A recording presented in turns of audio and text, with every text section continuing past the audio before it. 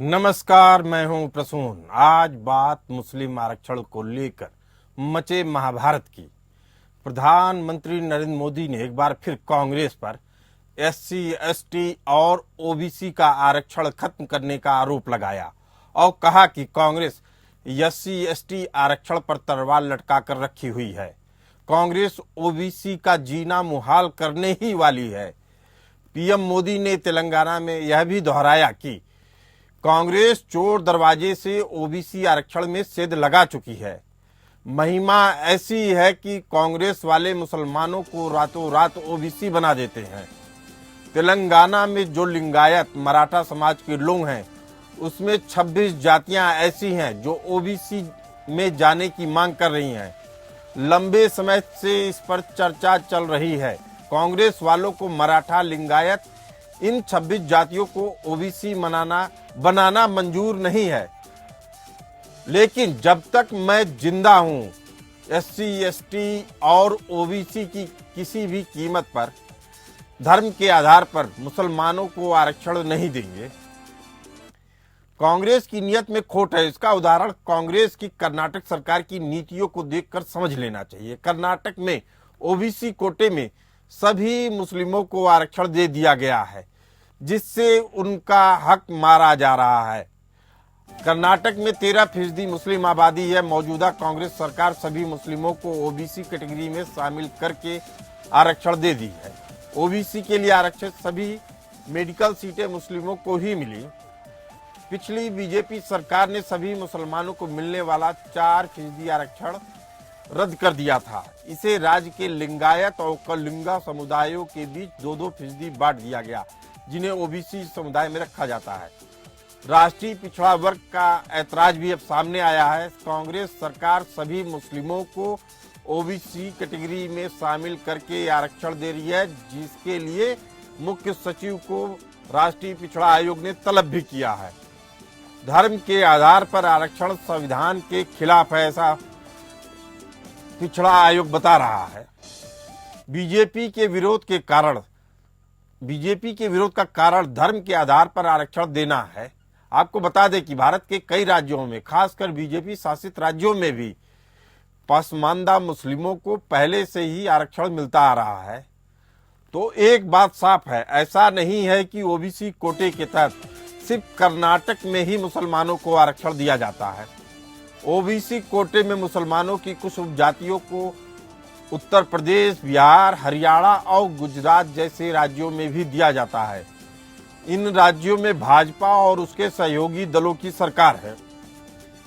BJP के चुनावी घोषणा पत्र को देखें तो एक बात साफ हो जाती है कि बीजेपी के लिए हर धर्म के वंचित, शोषित और जरूरतमंद उसकी प्राथमिकता में है। बीजेपी केवल धर्म के आधार पर आरक्षण का विरोध करती है, क्योंकि इसकी मंजूरी संविधान भी नहीं देता है। एनडीए ने 30 अप्रैल को आंध्र प्रदेश विधानसभा चुनाव के जरिए अपने मैनिफेस्टो को जारी किया, जिससे उसके राजनीतिक विचारधारा की झलक मिलती है। एनडीए ने आंध्र विधानसभा चुनाव के लिए मैनिफेस्टो जारी किया। महिलाओं के लिए 1500 रुपए का पेंशन का वादा किया। इसमें से 19 से 59 साल की महिलाओं को 1500 रुपए पेंशन देने का वादा किया गया है। युवाओं को 20 लाख नौकरियां, 3000 रुपए महीना बेरोजगारी भत्ता और महिलाओं को बस में मुफ्त यात्रा जैसी घोषणाएं की गई हैं। हर किसान को सालाना 20,000 रुपए से अधिक की आर्थिक सहायता दी जाएगी। आंध्र में भाजपा, टीडीपी और जनसेना मिलकर चुनाव लड़ रही है। तो फिर सवाल खड़ा हो रहा है कि कांग्रेस धर्म के आधार पर क्यों लाभ बांटने की कोशिश कर रही है, क्यों धर्म के आधार पर आरक्षण दे रही है। इसी मुद्दे पर चर्चा करने के लिए हमारे साथ मौजूद हैं ऋषिपाल सिंह जी, संविधान विशेषज्ञ, डॉक्टर मोहम्मद अमीन साहब हैं, मुस्लिम स्कॉलर हैं, दिलीप यशवर्धन जी हैं, राजनीतिक विश्लेषक के तौर पर जुड़े। आप तीनों मेहमानों का बहुत बहुत स्वागत है। पहला सवाल संविधान विशेषज्ञ ऋषिपाल सिंह जी से, क्या सभी मुसलमानों को ओबीसी मानकर आरक्षण देना संविधान सम्मत है?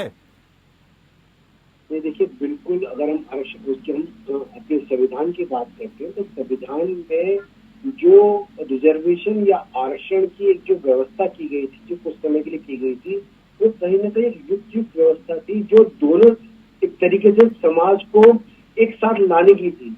जो सामाजिक रूप से जो लोग बैकवर्ड क्लास थी, उस बैकवर्ड क्लास को अपर क्लास उसको छोड़ के और प्रिविलेज देके उसको सामान्य विचार जो सामान्य धारा है उससे लाने की बात की थी।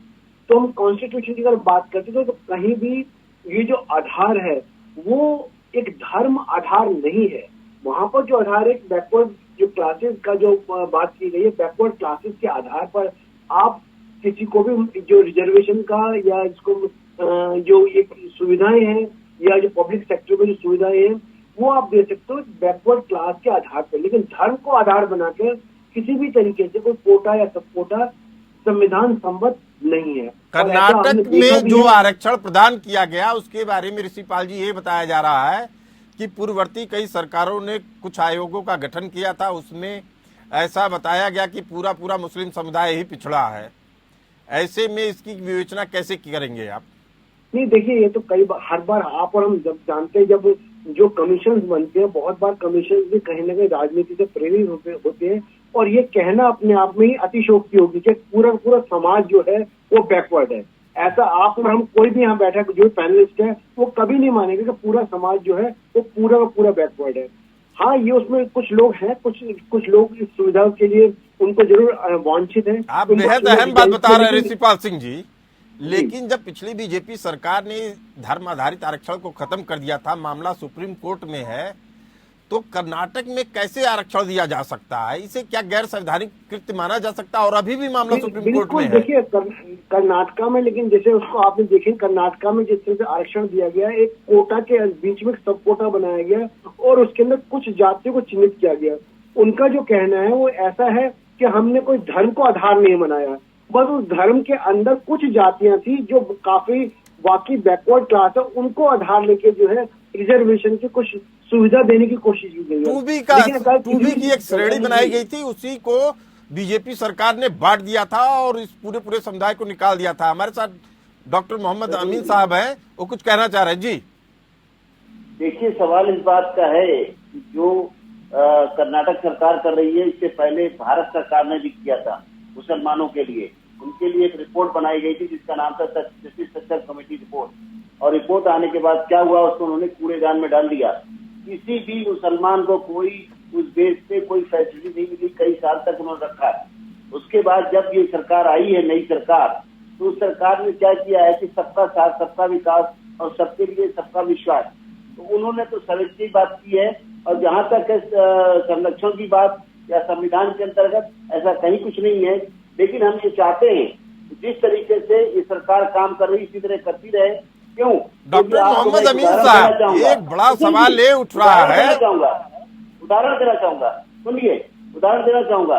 ये सरकार जो है, इससे पहले वाली कांग्रेस सरकार में हाजियों को आरक्षण दिया जाता था है हज के लिए कि आप इनको सब्सिडी, लेकिन उस वक्त सब्सिडी जो थी सिर्फ किराए में थी, हज में कोई सब्सिडी नहीं थी। उसके लोग सुप्रीम कोर्ट भी गए। और ये जो सरकारें थी पहले, ये सिर्फ दिखावा करती थी, कभी किसी मुसलमान का भला नहीं हुआ और न भला किया। आप बेहद अहम बात कर रहे हैं मोहम्मद अमीन साहब। मैं फिर जानना चाहता हूं, तो क्या विपक्षी दल मुसलमानों के कंधे पे रख के बंदूक चला रहे हैं? वो मुसलमानों को पार्टी बना दे रहे हैं? ये विपक्षी दल अपना गुलाम बनाना चाहते हैं और ये दिखाना चाहते हैं कि हम कुछ कर रहे हैं, लेकिन उन्होंने दिखावे की बात की, हमेशा करने की कोई बात नहीं की। इसका नतीजा है आज की डेट में IAS के क्वालिफाई किया है, इसमें 24 लड़कों ने हिंदुस्तान में क्वालिफाई किया है। ये आज की डेट है। जिस सरकार को लोग कहते हैं ये मुस्लिम विरोधी सरकार है, आज की डेट में 24 IAS अफसर निकले हैं। वो कहाँ से निकले? इसी सरकार से निकले। इससे पहले यानी जिस तरीके से पूरे मुस्लिम समुदाय को पिछड़ा बताया जा रहा है, कहीं न कहीं राजनीतिक दलों की मानसिकता में कुछ समस्याएं हैं। खुद पिछड़ चुके हैं, वो पिछड़ चुके हैं मुसलमानों से, इसीलिए पिछड़ों को बात करते हैं। मुसलमान हमेशा अगड़ी जाति में रहा है, कभी नहीं चाहता आरक्षण। हाँ, जो गरीब हैं, दिलीप यशवर्धन राजनीतिक विश्लेषक के तौर पे हमारे साथ जुड़े हुए हैं। दिलीप जी, मंडल कमीशन रिपोर्ट के अध्याय 12 के 18वें पैरे में साफ लिखा है कि हिंदुओं के अलावा बाकी धर्मों के लोग तभी ओबीसी लिस्ट में आ सकते हैं जब वो पूर्ववर्ती में अछूत जाति रहे हों या हिंदू के ओबीसी वाले पेशे से जुड़ी जातियों से जुड़े हों। अलग से लिखा गया है कि सैयद, शेख, पठान, मुगल ओबीसी जातियां नहीं हैं। इन्हें आगे बढ़ी हुई पुजारी और क्षत्रियों के समकक्ष जातियां माना गया है। तो ऐसे में सवाल उठता है कि पूरे मुस्लिम समुदाय को ही डाल देना राजनीति को कहां ले जाता है। सबसे पहले समझने वाली बात ये है कि पिछड़ा इस देश में जातियां नहीं है, व्यक्ति है। बहुत सारी जातियां ऐसी हैं जिसमें बहुत सारे लोग इसमें बहुत उच्च पदों पे बैठे हैं, जिनको हम पिछड़ा कहते हैं, उच्च पदों पे बैठे हैं, आर्थिक रूप से संपन्न है, सामाजिक रूप से संपन्न है, लेकिन क्योंकि वो जाति ही पिछड़ी कैटेगरी में आती है इसलिए उनको अभी पिछड़ा कहा जाता है। दूसरा, जो आरक्षण का कॉन्सेप्ट हमारे देश में लाया गया था वो इसलिए लाया गया था कि जो पिछड़े हैं उनको देश की मुख्य धारा से जोड़ा जाए। तो जो पिछड़े हैं, तो पिछड़े कौन है? जो इंसान पिछड़ा है, जिसके पास संसाधन नहीं है, उसको सरकारी संसाधनों का लाभ दे करके, आरक्षण का लाभ दे करके देश की मुख्य धारा से जोड़ा जाएगा। लेकिन जब ये आरक्षण हमारा कॉन्स्टिट्यूशनल राइट बना और उसने फंडामेंटल राइट को उसको इंक्लूड किया गया और उसने एक बहुत बड़े वोट बैंक का स्वरूप ले लिया, तो जितनी भी कमीशन से जिसका आप रेफरेंस भेज रहे हैं, वो कमीशन की रिपोर्ट आई, बहुत सारे कानून दिए, वो सारे किनारे हो गए क्योंकि उस चीज का राजनीतिकरण हो गया। और राजनीतिकरण होने की वजह से जहां जहां जिस पार्टी को जब जब राजनीतिक लाभ मिला आरक्षण के हथियार से, उसने उस हथियार का इस्तेमाल किया, चाहे वो आरक्षण नौकरियों में हो, एजुकेशन में हो या खुद राजनीति में हो, जो जिसका एक्सटेंशन हर थोड़े दिन बाद आगे बढ़ा दिया जाता है। और अब वर्तमान सरकार ने आकर के 10% ओबीसी का भी रिजर्वेशन कर दिया है। तो लेकिन दिलीप जी, कर्नाटक का मामला लिया जाए तो कर्नाटक में ओबीसी के अंदर कैटेगरी 2B बनाकर सभी मुस्लिम जातियों को उसमें आरक्षण दे दिया गया। इस तरह की हेरा फेरी जी, इस तरह की हेरा फेरी को आप राजनीतिक तौर पे कितना जायज मानते हैं? मैंने तो एक शब्द में कहा ना कि राजनीतिक लाभ लेने के लिए इसका राजनीतिकरण कर दिया गया, कानून तो मतलब ही नहीं रह गया। अगर किसी पर्टिकुलर समाज में ऐसा संभव ही नहीं है कि पूरा का पूरा समाज हर व्यक्ति हर तरीके से संपन्न नहीं हो, मतलब एजुकेशनली संपन्न ना हो, संसाधनों का लाभ उसके पास ना हो या वो आर्थिक। अब हम सामाजिक ताने बांधने को जानने की कोशिश करते हैं मोहम्मद अमीन साहब से। मोहम्मद अमीन साहब, मुसलमान दो ही स्थिति में ओबीसी हो सकता है, यदि उसके पुरखे पहले हिंदू अछूत रहे हों, दूसरा हिंदुओं के समकक्ष जाति पेशे वाले मुसलमान, अगर वो जाति हिंदुओं में ओबीसी हो, जैसे धोबी, तेली, धीमर, नाई, गुज्जर, कुम्हार, लोहार, दर्जी, बढ़ई आदि। इसके अलावा कोई भी मुसलमान ओबीसी नहीं है, तो क्या कारण है शेख, सैयद, पठान सब उस होड़ में शामिल हो रहे हैं? इनको गलत शामिल किया जा रहा है। आप देखेंगे तो शाहजहांपुर में लाल बेगी मुसलमान हैं, जो कि वो स्वीपर का काम करते हैं, तो वो अनुसूचित जाति में आते हैं। आप देखेंगे इस बात को, उनको देने की जरूरत है। और जो आपने जातियां गिनाई है जिसमें धीमर है और बैकवर्ड की जितनी ट्राइबल और जातियां गिनाई हैं उनको संभव है, लेकिन जहाँ तक शेख, सैयद, पठान, ये लोग अपर क्लास के लोग हैं, इनको किसी भी आरक्षण की जरूरत नहीं है। इसी तरीके से पिछली सरकार जो कांग्रेस की थी, उसने हज का कोटा कह के कि हज में सब्सिडी दे रहे हैं, सिर्फ दुनिया को पागल बनाया, झूठ बोला और हमसे पूरे पैसे लेते रहे समाज से। मोहम्मद अमीन साहब, आपसे इस्लामिक दृष्टि से भी एक सवाल पूछना बेहद जरूरी है, चूंकि आप हज भी कर चुके हैं, इस्लामिक कानून के जानकार भी हैं। क्या आरक्षण को इस्लाम में जायज ठहराया जा सकता है? बिल्कुल नहीं, हज में भी नहीं चाहिए। हज में भी बराबर कहा गया कि हमें हज में कोई आरक्षण नहीं चाहिए, हमें कोई छूट नहीं चाहिए, क्योंकि हज तो हमारे अपने पैसे का होता है और वही जायज हज होता है। ऋषि पाल जी, संविधान विशेषज्ञ हमारे साथ जुड़े हैं। ऋषि पाल जी, आपसे एक सवाल पूछना है कि कांग्रेस अगर केरल, आंध्र प्रदेश, कर्नाटक में पूरी मुस्लिम जातियों को ओबीसी में डाल रही है और उसको राष्ट्रीय स्तर पर लागू करने की बात कर रही है, तो इसमें तो ओबीसी समुदाय ठगा महसूस करेगा, उसके पास उपाय क्या बचता है? देखिए, अगर राजनीतिक रूप से हम देखें तो राजनीतिक रूप से कांग्रेस का जो कृत्य है अपने आप में ये कहीं भी एक एप्लीकेबल नहीं है। और हम कानून की बात करते हैं तो कानूनी रूप से भी ये जो है संविधान सम्मत नहीं है। अगर किसी तरीके से ऐसा कोई निर्णय लाने की कोशिश भी करते हैं तो निश्चित रूप से वो हाई कोर्ट के लेवल पे या सुप्रीम कोर्ट के लेवल पे ऐसे सारे के निर्णय जो है वो धराशायी हो जाएंगे।